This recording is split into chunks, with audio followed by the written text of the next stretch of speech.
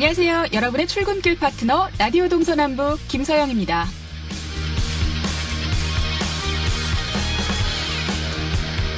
아시아 최초로 성공했지만 환경 규제로 사장 위기에 처해 많은 분들이 안타까워하셨습니다. 고성의 한 작은 기업에서 개발한 대서양 연어 양식 기술 얘긴데요. 어쩌면 환경부의 규제가 풀릴지도 모르겠습니다. 생물 다양성 보전 및 이용에 관한 법률의 하위 법령 개정안이 오늘 17일부터 시행되기 때문인데요.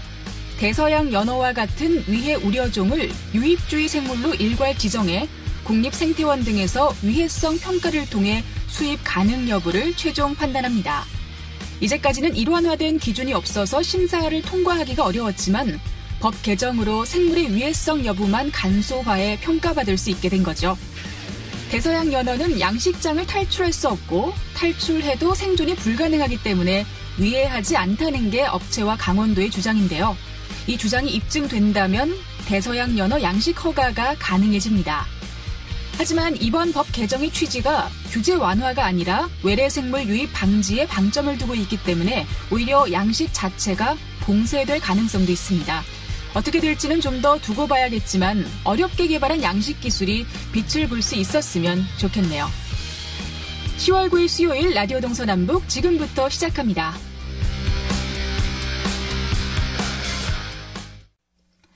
네, 라디오 동서남북 아침 신문으로 오늘도 시작합니다. 강원일보 이하늘 기자와 전화로 연결하겠습니다.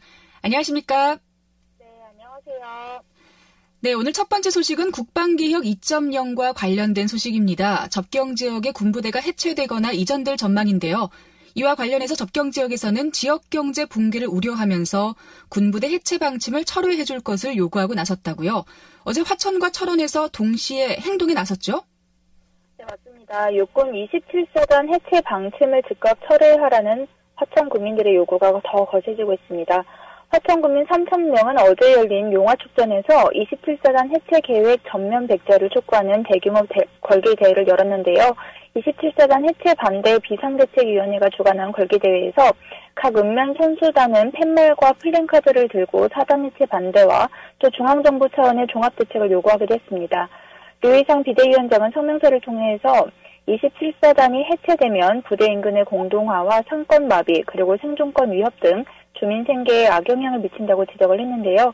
또 이날 군민들은 아무 대책 없이 장병 6,800명이 하루아침에 빠져나가게 되면은 지역 경제가 회복 불능 상태에 빠지게 된다고 울분을 토하기도 했습니다.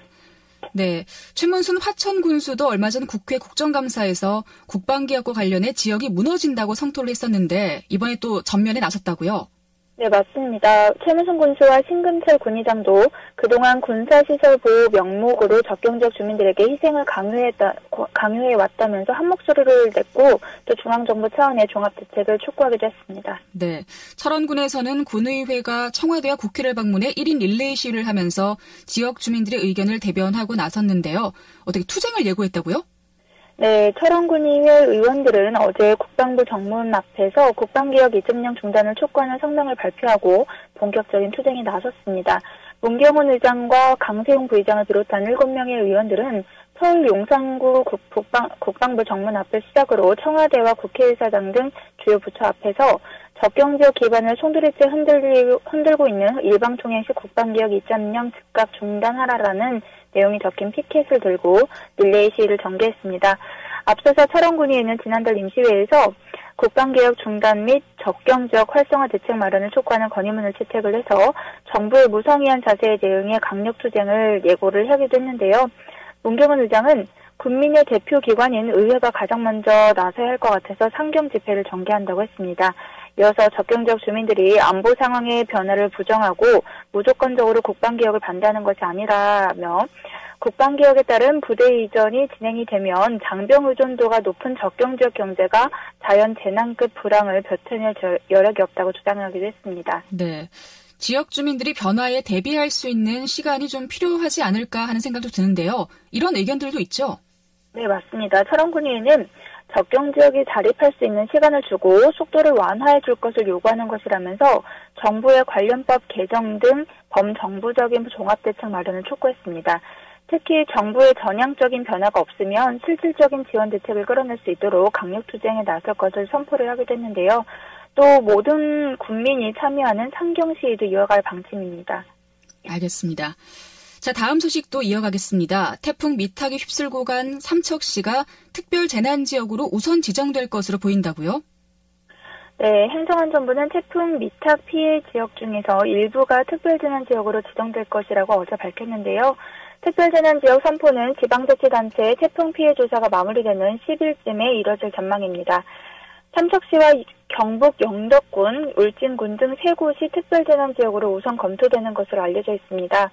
특별재난지역으로 지정이 되려면 피해 지역은 자연재난의 경우에는 피해액이 국고 지원 기준이 2.5배를 초과한 시군구 등 지자체별 기준에 따라서 정해집니다.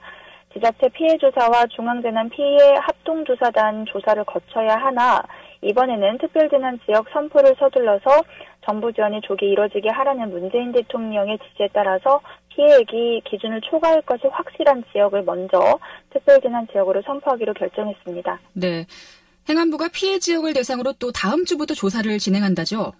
네, 행안부는 11일부터 17일까지 중앙재난 피해 합동조사단 조사를 진행을 하게 되는데요. 강릉시와 동해시는 피해 조사가 추가로 진행된 이후에 특별재난지역 포함 여부가 결정될 전망입니다. 복구 계획은 30일까지 마련하게 됐는데요. 특별재난지역으로 선포가 되면은 일단 해당 지역의 재정자립도에 따라서 피해 복구비 중에 지방비로 부담해야 하는 비용의 50%에서 최대 80%를 국고로 지원해주게 됩니다. 또 주택 파손이나 농업시설 파손 등 피해를 본 주민에게는 생계 구호를 위한 재난지원금 지급과 전기요금, 건강보험료 등 공공요금 감면, 또 병력 동원과 예비군 훈련 면제 등의 혜택을 주게 됩니다. 네, 태풍 피해가 정말로 많이 컸습니다. 빠르게 특별재난지역으로 지정될 수 있기를 바라겠습니다. 자, 아침신문 이하늘 기자와 이야기 나눴습니다. 고맙습니다. 네, 감사합니다.